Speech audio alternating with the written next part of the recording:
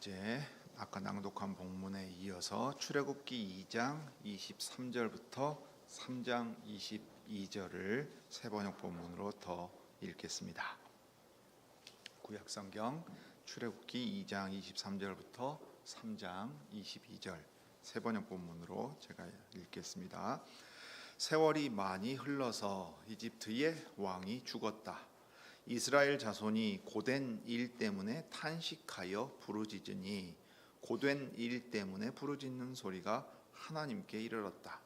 하나님이 그들의 탄식하는 소리를 들으시고 아브라함과 이삭과 야곱에게 세우신 언약을 기억하시고 이스라엘 자손의 종살이를 보시고 그들의 처지를 생각하셨다.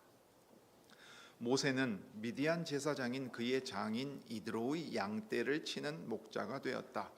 그가 양떼를 몰고 광야를 지나서 하나님의 산 호렙으로 갔을 때 거기에서 주님의 천사가 떨기 가운데서 이는 불꽃으로 그에게 나타났다. 그가 보니 떨기에 불이 붙는데도 그 떨기가 타서 없어지지 않았다. 모세는 이 놀라운 광경을 좀 더 자세히 보고 어째서 그 떨기가 불에 타지 않는지를 알아보아야 하겠다고 생각하였다. 모세가 그것을 보려고 오는 것을 보시고 하나님이 떨기 가운데서 모세야 모세야 하고 부르셨다. 모세가 대답하였다. 예, 제가 여기에 있습니다. 하나님이 말씀하셨다. 이리로 가까이 오지 말아라. 내가 서 있는 곳은 거룩한 땅이니 너는 신을 벗어라. 하나님이 또 말씀하셨다. 나는 너희의 조상의 하나님 곧 아브라함의 하나님, 이삭의 하나님, 야곱의 하나님이다. 모세는 하나님을 뵙기가 두려워서 얼굴을 가렸다. 여호와께서 다시 말씀하셨다. 나는 이집트에 있는 나의 백성이 고통받는 것을 똑똑히 보았고 또 억압 때문에 괴로워서 부르짖는 소리를 들었다. 그러므로 나는 그들의 고난을 분명히 안다. 이제 내가 내려가서 이집트 사람의 소나귀에서 그들을 구하여 이 땅으로부터 저 아름답고 넓은 땅, 젖과 꿀이 흐르는 땅, 곧 가나안 사람과 헷 사람과 아모리 사람과 브리스 사람과 히위 사람과 여부스 사람이 사는 곳으로 데려가려고 한다. 지금도 이스라엘 자손이 부르짖는 소리가 나에게 들린다. 이집트 사람들이 그들을 학대하는 것도 보인다. 이제 나는 너를 바로에게 보내어 나의 백성 이스라엘 자손을 이집트에서 이끌어내게 하겠다. 모세가 하나님께 아뢰었다. 제가 무엇이라고 감히 바로에게 가서 이스라엘 자손을 이집트에서 이끌어내겠습니까? 하나님이 대답하셨다. 내가 너와 함께 있겠다. 내가 이 백성을 이집트에서 이끌어낸 다음에 너희가 이 산 위에서 하나님을 예배하게 될 때에 그것이 바로 내가 너를 보냈다는 징표가 될 것이다. 모세가 하나님께 아뢰었다. 제가 이스라엘 자손에게 가서 너희 조상의 하나님께서 나를 너희에게 보내셨다고 말하면 그들이 저에게 그의 이름이 무엇이냐 하고 물을 터인데 제가 그들에게 무엇이라고 대답해야 합니까? 하나님이 모세에게 대답하셨다. 나는 곧 나다. 너는 이스라엘 자손에게 이르기를 나라고 하는 분이 너를 그들에게 보냈다고 하여라. 하나님이 다시 모세에게 말씀하셨다. 너는 이스라엘 자손에게 이르기를 여호와 너희 조상의 하나님 곧 아브라함의 하나님, 이삭의 하나님, 야곱의 하나님이 나를 너희에게 보내셨다 하여라. 이것이 영원한 나의 이름이며 이것이 바로 너희가 대대로 기억할 나의 이름이다. 가서 이스라엘의 장로들을 모아놓고 그들에게 일러라. 여호와 너희 조상의 하나님 곧 아브라함과 이삭과 야곱의 하나님이 나에게 나타나셔서 말씀하셨다 하고 말하면서 이렇게 전하여라. 내가 너희의 처지를 생각한다. 너희가 이집트에서 겪는 일을 똑똑히 보았으니 이집트에서 고난받는 너희를 내가 이끌어내어 가나안 사람과 헷 사람과 아모리 사람과 브리스 사람과 히위 사람과 여부스 사람이 사는 땅 곧 젖과 꿀이 흐르는 땅으로 올라가기로 작정하였다 하여라. 그러면 그들이 너희의 말을 들을 것이다. 또 너는 이스라엘의 장로들을 데리고 이집트의 임금에게 가서 히브리 사람의 주 하나님이 우리에게 나타나셨으니 이제 우리가 광야로 사흘 길을 걸어가서 주 우리 하나님께 제사를 드려야 하니 허락하여 주십시오 하고 요구하여라. 그러나 내가 이집트의 왕을 강한 손으로 치지 않는 동안에는 그가 너희를 내보내지 않을 것이라는 것을 나는 안다. 그러므로 나는 손수 온갖 이적으로 이집트를 치겠다. 그렇게 한 다음에야 그가 너희를 내보낼 것이다. 나는 이집트 사람이 나의 백성에게 은혜를 베풀게 하여 너희가 떠날 때에 빈손으로 떠나지 않게 하겠다. 여인들은 각각 이웃에 살거나 자기 집에 함께 사는 이집트 여인들에게서 은부치와 금부치와 의복을 달라고 하여 그것으로 너희 아들 딸들을 치장하여라. 너희는 이렇게 이집트 사람의 물건을 빼앗아 가지고 떠나갈 것이다. 자, 여기까지입니다. 자, 사랑하는 교우 여러분, 우리가 이전에 창세기 22장에 보면 아브라함에게 그 외아들 이삭을 이제 번제로 바치라 명하신 일을 보았습니다. 그래서 아브라함은 이삭을 바치라 하신 그 말씀을 듣고 순종하여서 나아갈 때 이삭을 제물로 바치더라도 약속하신 것을 이루실 신실한 하나님이시기 때문에 이삭을 이제 되살려서 그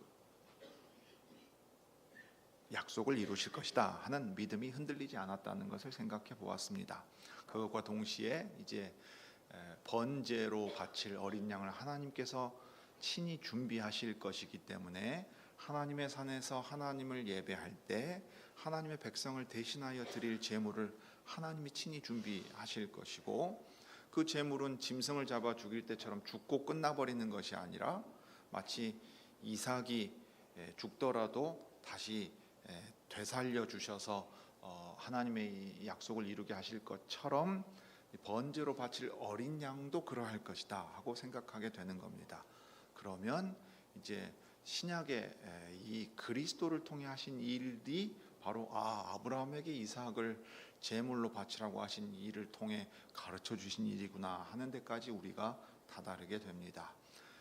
하나님의 백성들은 자신들을 대신하고 대표해서 제물로 바쳐질 하나님이 준비하신 어린 양이 있을 것이고, 제물로 드릴지라도 되살아나서 더 이상 죽지 않고 더 이상 제사가 필요 없게끔 하나님의 나라를 온전히 세우실 것이다 하는 것을 기대하게 되고, 그 일로 말미암아 하나님의 백성들도 육체는 죽지만 다시 되살리셔서 하나님의 영원한 생명을 받은 백성들로 살게 하실 것이다까지 이제 점점 그 이해가 나아가게 만드셨지요.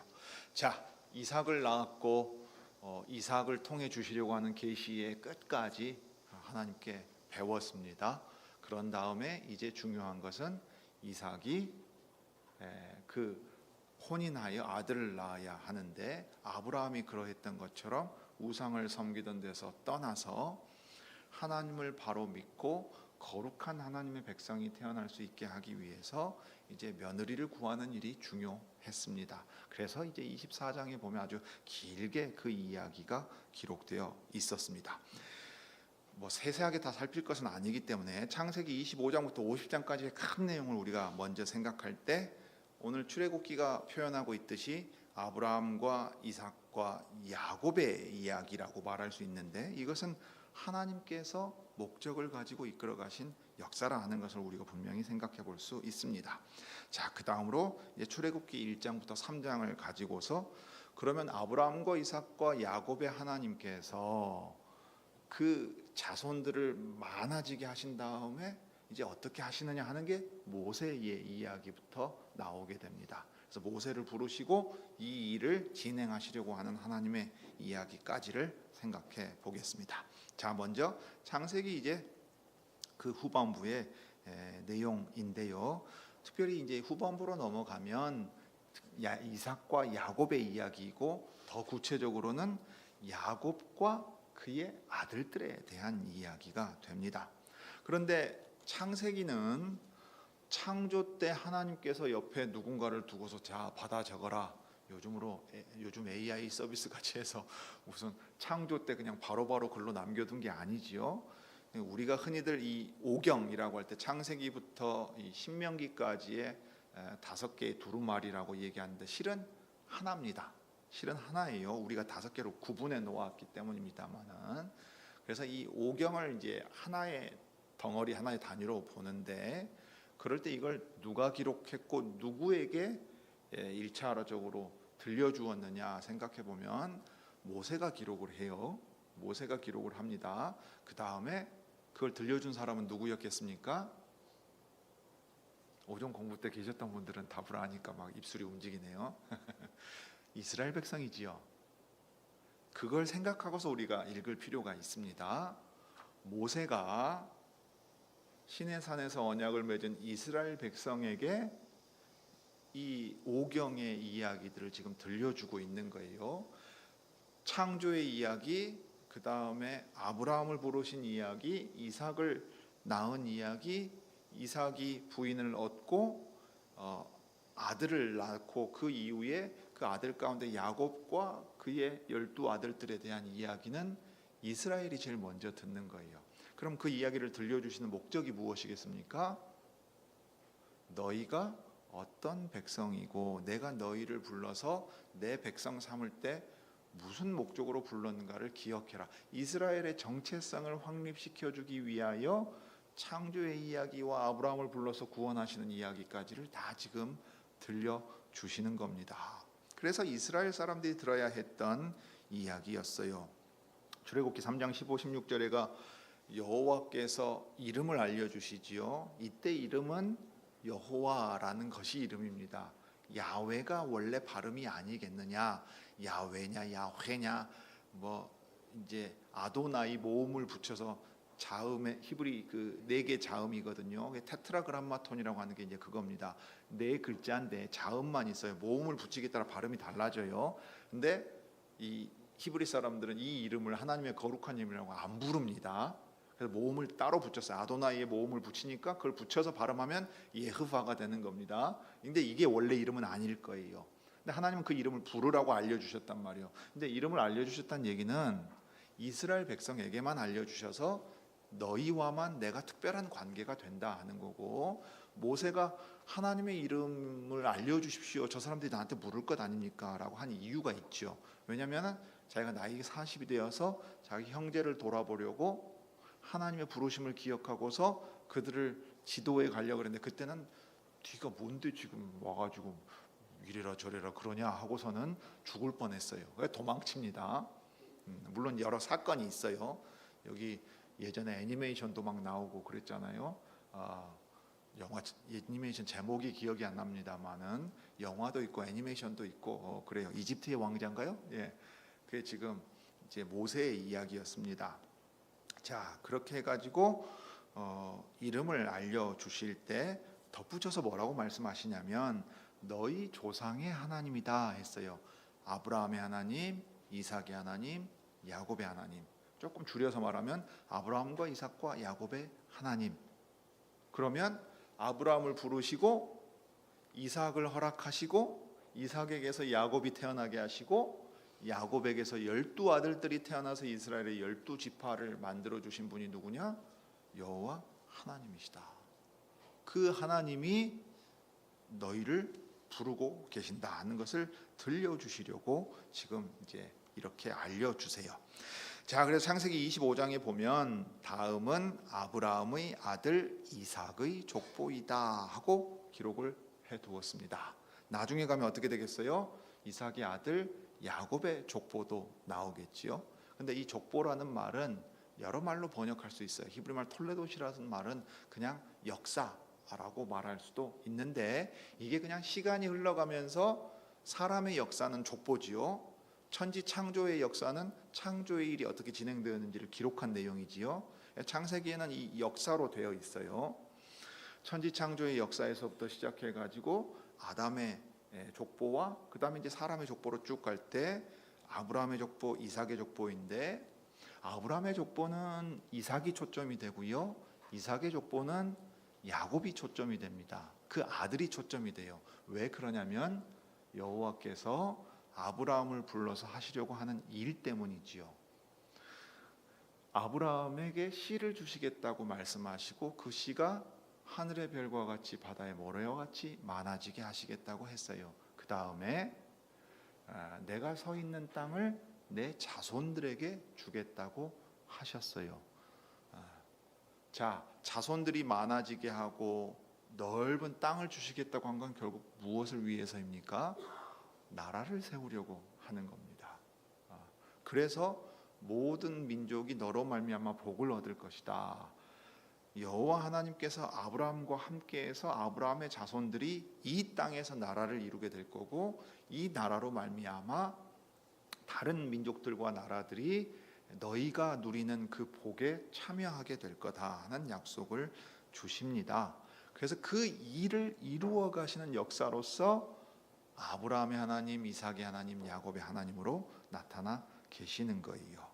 그래서 25장 이후에 가면 이삭의 족보가 나오고, 그 다음에 이제 25장에서 중요하게 나오는 내용이 무엇이었습니까?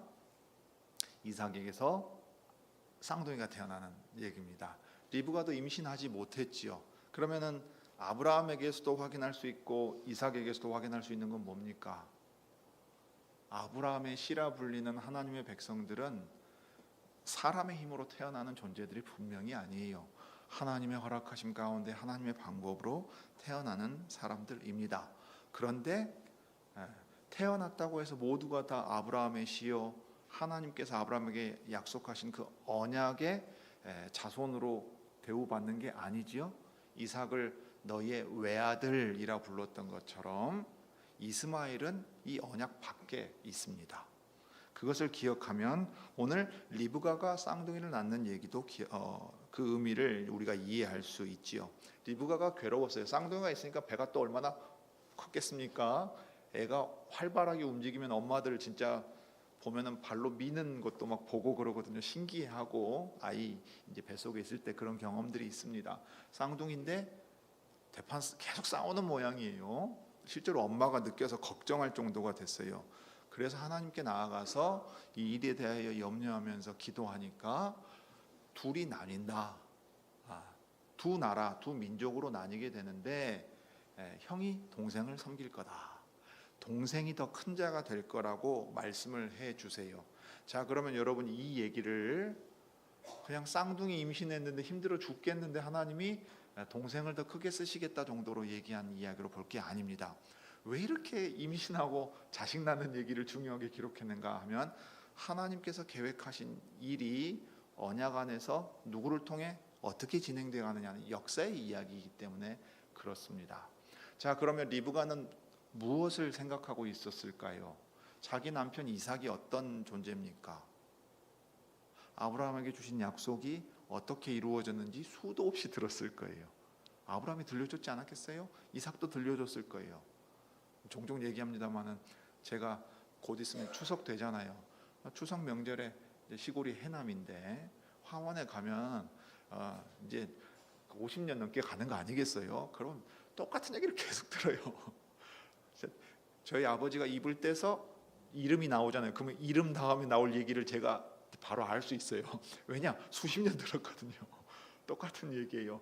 저기에 큰아버지 집에 누가 있었는데 어떻게 됐다더라. 이제 식구들 얘기를 두도 없이 듣잖아요.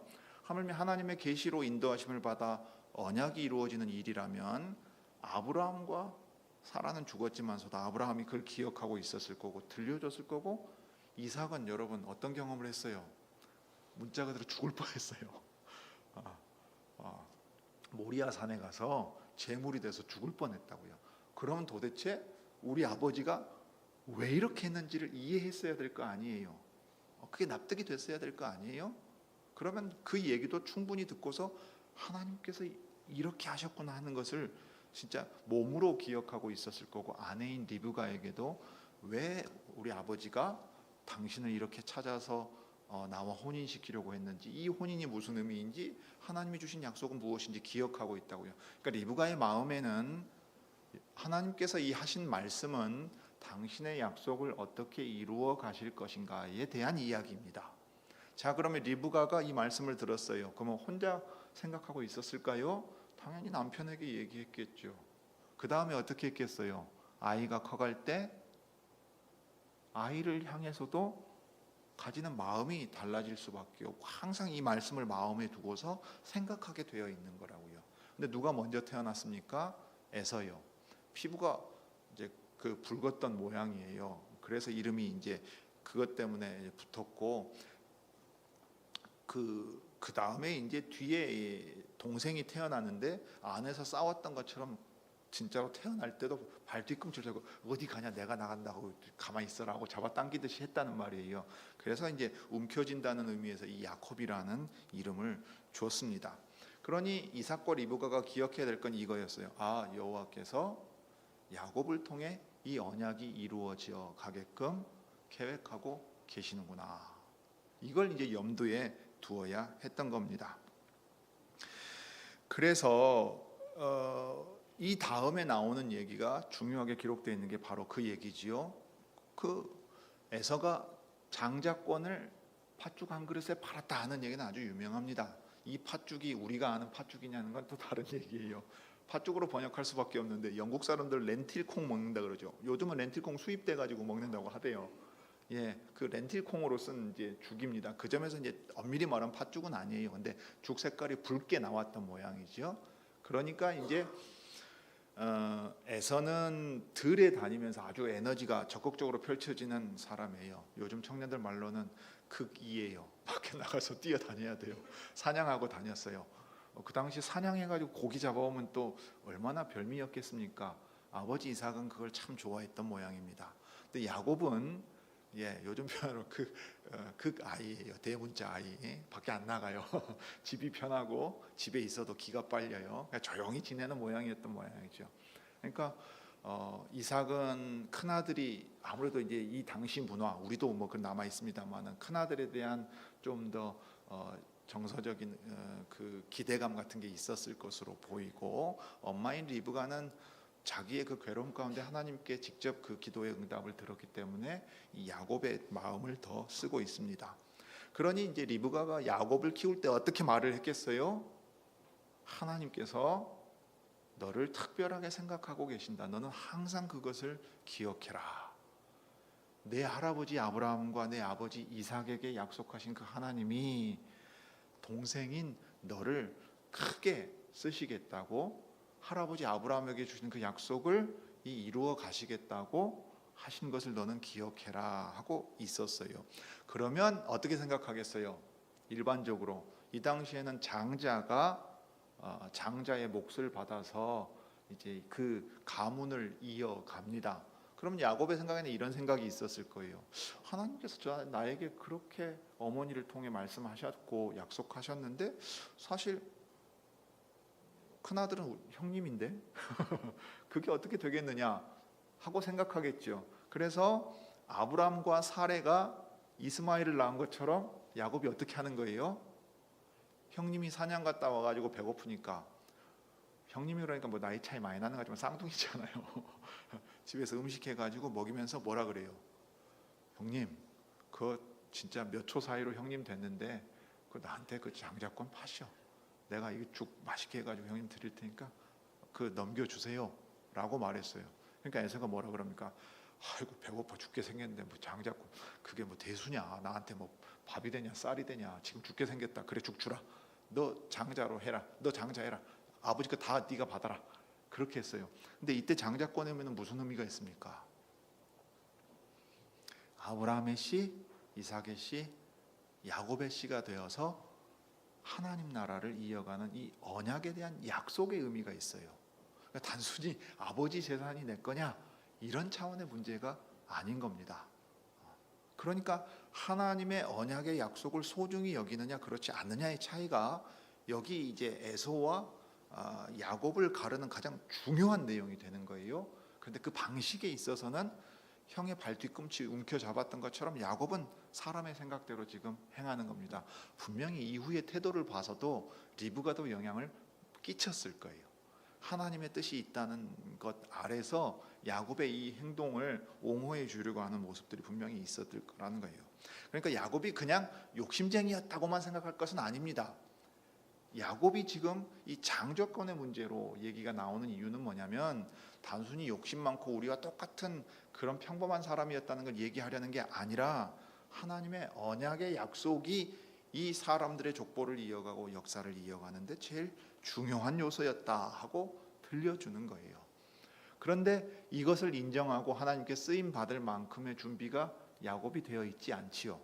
또 가족 안에서 형제 간에 이제 불화하는 상황이 생기니까 쉬운 말로 도망칩니다. 살아야 될 거 아니에요. 야곱은 하나님의 약속이 어떻게든 이루어진다 이 생각이 아니라 지금 형님한테 죽게 생겼다, 도망가자. 나중에 좀 잠잠해지면 그때 오자, 이런 상황이 되고, 부모도 지금 그렇게 피신을 시키는 상황이 됐잖아요.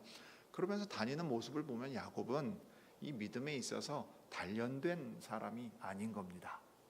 그런 점에 있어서 단련되는 많은 일들이 있지요. 35장에 가면 이 베델로 올라가는 장면이 나옵니다. 근데 바로 직전까지도 그 딸에게 아주 험한 일이 생기는 일들도 기록되어 있고, 야곱과 그의 가족들, 식솔들이 우상을 버리지 못한 모습도 35장에서 보아요. 그럼에도 불구하고 하나님께서 택한 사람 야곱을 불러서 베델로 올라오라고 하십니다. 내 앞에 행하여 완전하라고 명하시고 나는 전능한 하나님이라고 다시 한번 말씀하십니다. 그래서 이제 우리는 베델로 올라간다. 이 하나님의 집이란 뜻이에요. 내가 가는 길 어디에서나 나와 함께 다니면서 보살펴 주신 그 하나님이 말씀하셨다. 나는 전능한 하나님이다. 할아버지 아브라함에게 하셨던 그 말씀 그대로 해주셨어요. 너는 생육하고 번성할 것이다. 창조 때의 이야기이잖아요. 그리고 실제로 출애굽기 1장에 뭐라고 되어 있어요? 이스라엘 백성이 이집트에서 생육하고 번성했다고 되어 있어요. 그래서 그들의 야곱의 생명을 보존하고 야곱에게서 이스라엘의 12지파를 이루는 아들들이 나오게 하고, 심지어 이집트에 가서 종살이를 하면서도 생육하고 번성해서 하나님의 약속이 이루어질 준비들을 다 마치신 겁니다. 그래서 이제 야곱에게 주신 약속을 다시 이어서 보면, 내가 아브라함과 이삭에게 준 땅을 너에게 주고 그 땅을 내가 너희의 자손에게도 주겠다. 야곱의 아들들이 있고 이집트로 건너가서 종이 되었을지라도 수가 많아져서 그 가나안 땅을 차지할 수 있을 만큼의 준비가 갖춰지게 되면 이제 하나님께서 어떻게 일하셔야 될까요? 이 약속을 이루시기 위하여 정해진 기간이 다 차면 그들을 이집트에서 빼서 아브라함에게 약속했던 가나안 땅으로 들어가게 하셔야 되지요. 자, 그게 출애굽입니다. 출애굽이란 말 자체가 한자로 옛날에 그 애굽이라고 표현을, 애굽이 한자로 표현한 게 아니죠.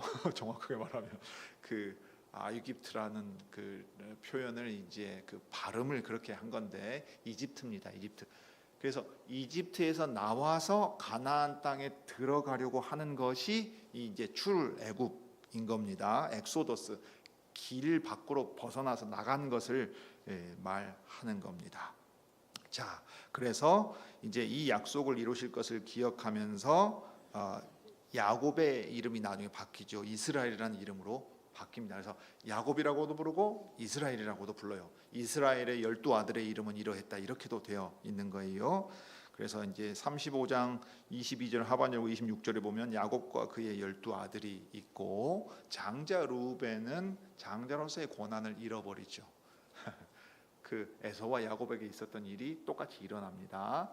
그래서 요셉의 두 아들이 장자처럼 되는 거예요. 그러니까 요셉이 장자처럼 돼서 두 사람 몫을 받습니다. 아주 역설적이거든요. 그래서 요셉을 통해서 야곱과 그의 자손들의 생명을 보존시키십니다. 그리고 이 요셉을 통하여서 이집트에서 안전하게 거하면서 수가 늘어날 수 있게끔 하신 이야기가 창세기 마지막까지 가고 출애굽기 1장을 보면 잘 기록되어 있는 얘기입니다. 그래서 요셉이 마지막에 이렇게 말합니다. 창세기 50장 24절의 내용이죠. 요셉이 말하였다. 하나님께서 반드시 너희를 돌보시고 너희를 이 땅에서 인도하여 내셔서 아브라함과 이삭과 야곱에게 맹세하신 땅에 이르게 하실 것이다. 아브라함을 부르신 이야기에서 창세기 끝까지는 이 얘기예요. 아브라함에게 주신 약속을 반드시 이루실 것이다. 그러니까 내 유고를 메고 이집트로 가라고 얘기를 하는 겁니다. 하나님께서 약속하신 가나안 땅에 들어갈 때 이 유골도 메고 가라 해서 나도 하나님의 백성 가운데 있다는 것을 요셉이 이렇게 보여줍니다. 그러니까 아브라함과 이삭과 야곱의 이야기는 아브라함에게 약속하신 그 언약의 약속이 이루어질 것을 바라보면서 어떻게 하나님의 백성들이 살아갔는가 하는 이야기를 들려주어요. 출애굽기 1장에 가면 이제 다 준비가 되었습니다. 모세 당시 이스라엘 상황입니다. 이스라엘 자손은 번성하여 그 수가 불어나고 마침내 그 땅에 가득 퍼졌다 했어요. 창조 때 명하신 사명이 이루어져 가는 것처럼 보이죠. 생육하고 번성해서 땅에 충만하고 그 다음에 땅을 다스려라 했단 말이에요. 그 일이 실패했을 때 아브라함을 불러서 그 일을 이루시려고 씨에 대한 약속을 주시고 그 씨가 백성을 이루어서 민족을 이루어서 약속하신 땅에 정착하게 될 거예요. 그러면 뭘 하시려고 하는 거냐? 내가 너희의 왕이 되어서 나는 너희를 다스리고 너희는 내 백성이 될 것이다 하는 겁니다. 이게 이제 출애굽기 19장 20장에 가면 시내산에서 언약을 맺는 장면에서 가장 분명해지겠죠. 자, 그렇게 이스라엘은 아브라함에게 말씀하신 대로라고 치면 400년 또는 430년 정도 종살이를 하고 있는 거예요. 게다가 모세 당대가 되면 이제 어느 정도의 상황이 되냐면 요셉을 알지 못하는 파라오, 이집트의 황제가 왕위에 오르게 되어서 여러분 다른 민족이 수가 엄청 많아졌어요. 그리고 힘이 생겼어요. 그러면 어떻게 해야 될까요? 그 민족이 딴 마음을 품지 않게 잘 다스려야 됩니다.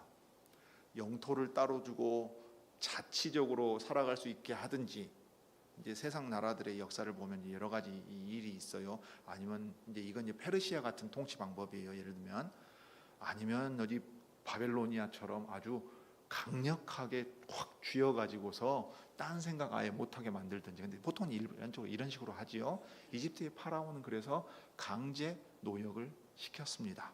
아주 고통스러운 상황이지요. 노예 취급 받으면서 매맞아 죽는 사람들 생겼을 거고 고통 가운데 있었을 거예요. 그래서 그들이 부르짖었어요. 때가 찼고 고통 가운데 있을 때 여호와께서 그 고통 소리를 하늘에서 들으시고 이제 돌아보신다, 권고하신다고 표현하거든요. 찾아가서 실제로 그런가를 보시는 겁니다. 저 소돔과 고모라도 찾아가셨고 바벨탑에도 찾아가시거든요. 고통 가운데 있는 자기 백성의 소리에 귀를 기울이시고 찾아가신다는 얘기는 건져내신다는 얘기입니다. 자, 그렇게 해서 건져내시려고 할 때, 야, 그들이 너무 고통받는구나, 안타깝다. 단순히 이 정도가 아니라 아브라함과 이삭과 야곱 가운데 세우신 언약을 기억했기 때문이에요. 그 언약이 이제 다른 방식으로 이루어져야 될 때가 됐다. 그러니 내가 그들을 이집트에서 건져내서 이제 아브라함에게 약속한 땅으로 인도하여 내겠다 하고 이제 먼저 딱 보여주는 거예요. 모세가 그걸 알고서 기록해 두고 그래서 그 일이 어떻게 진행되었는가를 우리에게 들려주는 겁니다. 그런데 그 내용까지 보면 우리가 여러분들이 시간이 많이 갈 것 같으니까 오늘 이 정도에서 멈추고 차라리 다음번에 이 모세를 부르시는 장면과 이스라엘 백성들을 불러서 이제 빼내시는 장면을 이어서 보는 것이 좋겠습니다. 오늘은 이 정도까지 보시죠. 자, 그러면 이제 한 가지 생각할 것은 이스라엘 민족이 수가 차기까지 기다리시고 가나안 땅으로 들이시려고 할 때 빨리 끝내라고 알려주시네요. 들이시려고 할 때 이게 이스라엘만의 문제였을까요? 여러분 아까 말씀드린 대로 모세가 책을 두루마리에 기록하여 적고 들려주고 알려준 이유는 아브라함을 부르신 내용부터만 있는 게 아닙니다. 무엇부터 있었지요? 창조의 이야기부터 있었습니다. 아브라함을 부르셔서 구원하시고 이스라엘을 세상 나라들 가운데서 구별하여 거룩한 나라 삼으신 것은 창조하신 온 세상을 구원하셔서 회복시키는 일에 먼저 부르신 일이라는 것을 가르쳐주고 계시는 거예요. 아브라함을 부르셔서 복 주시는 것은 아브라함과 그의 후손에게만 국한되는 게 아닙니다. 그들에게 복 주심으로써 다른 모든 민족과 나라들이 이 복의 참여하게 하시는 겁니다. 그러므로 오늘 우리가 아브라함과 이삭과 야곱의 하나님이라고 불리는 하나님은 저 이스라엘의 하나님이지만 동시에 이스라엘과 같은 믿음을 가진 모든 사람들의 하나님이라는 것을 알게 돼요. 그냥 혈통으로 아브라함에게서 났다고 아브라함의 아들이 아니잖아요. 이스마엘은 언약 밖에 있었습니다. 자, 이삭에게서 난 아들은 어떻습니까? 에서는 이 언약 밖에 있습니다. 야곱이라고 해서 그러면 그 은혜에 합당한 자질과 자격을 갖췄기 때문에 이스라엘이라고 불리고 하나님의 은혜 아래에 있었습니까? 그렇지 않습니다. 혈통을 따라 난 사람들이 아브라함의 씨 이스라엘이 아니고 아브라함이 가지고 있던 그 믿음, 하나님의 언약 안에서 하나님이 택하시고 부르셔서 은혜로 믿음을 주시고 이제는 그리스도 안에서 이 믿음을 가진 사람들이 바로 하나님의 백성이라는 사실을 우리에게 들려주고 계신 거예요. 그러면 옛적 구약의 얘기는 그저 저 먼 이스라엘의 이야기, 우리와 상관없는 이야기가 아니라 우리에게 들려주시는 이야기예요. 그리스도 안에서 교회를 세워서 참 이스라엘이 무엇을 위해 나아가게 하시는 것이냐 할 때 창조의 이야기를 너희는 기억해라. 그때 너희가 나에게 반역하여 어떻게 모든 만물이 비참함 가운데 고통 가운데 빠졌는가를 기억해라 말씀하시는 거예요. 그러므로 우리의 구원은 창조와 분리되어서는 안 됩니다. 우리의 구원은 이 창조를 회복해가고 새롭게 하여서 생육하고 번성해서 땅에 가득 채우고 땅을 가득 채우고 땅을 다스리는 이 이야기로 다시금 나아가야 합니다. 이 이야기에 대해서 그래서 우리가 구약의 이스라엘을 하나님께서 어떻게 인도하고 다스리셨는가를 주목해서 배워야 해요. 오늘날 그리스도인들은 신약만 보는 경향이 대단히 강한데요, 사실은 구약의 역사 이야기 그리고 그 역사 속에서 사람들이 어떻게 행했고 어떻게 실패했고 어떻게 부족했는가를 통해서 배워야 합니다. 그것을 통해서 그리스도 안에서 다스리시는 하나님의 나라를 우리가 더 풍성히 배워갈 수 있을 것입니다. 기도하시죠. 거룩하신 하나님, 우리 아버지, 참으로 역사의 주관자가 되시고 모든 것을 주님의 큰 뜻 아래서 계획하셔서 하나님의 계시와 은혜 아래 이 역사가 전진해 가게 하셨습니다. 그러므로 때가 찼을 때에 모세를 부르시고 이스라엘 백성을 이제 불러내셔서 하나님의 계획을 더 본격적으로 진행해 가시려고 합니다. 이처럼 그 모든 일들이 그리스도 안에서 이루어지고 그리스도께서 다시 오실 때까지 교회가 세상으로 보냄을 받아 하나님의 나라 하나님의 백성은 어떠한 곳이고 어떠한 존재인지 드러내라 하셨사오니 주님, 저희가 구약을 읽어갈 때 하나님께서 다스려 가시는 역사를 볼 줄 알도록 주님 지혜를 주시고 그 역사 속에서 하나님의 백성들이 어떻게 살아가고 무엇이 부족했고 또 어떻게 행해야 되는가를 배워갈 수 있는 지혜도 내려주시기를 구합니다. 주 예수님의 이름으로 기도드립니다.